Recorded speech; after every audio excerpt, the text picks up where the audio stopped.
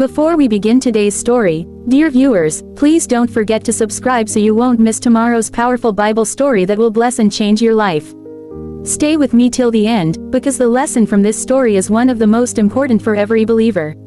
Today's story takes us back to the Gospel of Luke, chapter 2, verses 41 to 52. This is the only record in Scripture of Jesus' childhood between his birth and the start of his ministry. It is a story that shows us the wisdom, purpose, and calling of Jesus Christ, even as a boy of 12 years old. Every year, the family of Joseph and Mary traveled from Nazareth to Jerusalem for the feast of the Passover.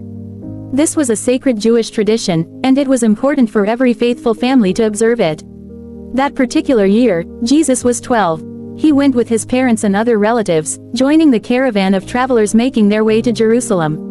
The feast lasted several days, filled with prayers, sacrifices, songs, and teachings. When the feast was over, Joseph and Mary began their journey back to Nazareth. They assumed Jesus was traveling with relatives or friends in the large group. But after a full day of traveling, they realized something terrifying: Jesus was not with them. Panic gripped their hearts. They searched among friends and family, but he was nowhere to be found. Mary and Joseph immediately returned to Jerusalem, retracing their steps, desperately searching the city for their son.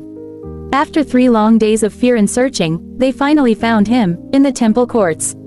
And what was Jesus doing? He was sitting among the teachers of the law, the rabbis and scholars, listening intently to their discussions, asking them questions, and astonishing them with his understanding and his answers. Imagine the scene. A 12-year-old boy, not arguing with arrogance, but speaking with wisdom so profound that the elders of Israel marveled. The scriptures say, all who heard him were amazed at his understanding and his answers. This was not ordinary intelligence. This was divine wisdom, the light of God shining through the boy who was already about his father's business. When Mary and Joseph saw him, they were overwhelmed. Mary, both relieved and upset, said, "Son, why have you treated us this way? Your father and I have been anxiously searching for you." And here Jesus gave his first recorded words in Scripture: "Why were you searching for me? Did you not know that I must be in my Father's house?" Another translation says, "About my Father's business." These words are powerful. At just 12 years old, Jesus already knew who he was. He knew his true Father was God, and his purpose was to live in obedience to him. Even at that young age, Jesus revealed the central truth of his life. He had come not just to live like every other child, but to fulfill the mission of God. Mary and Joseph did not fully understand his words at that time.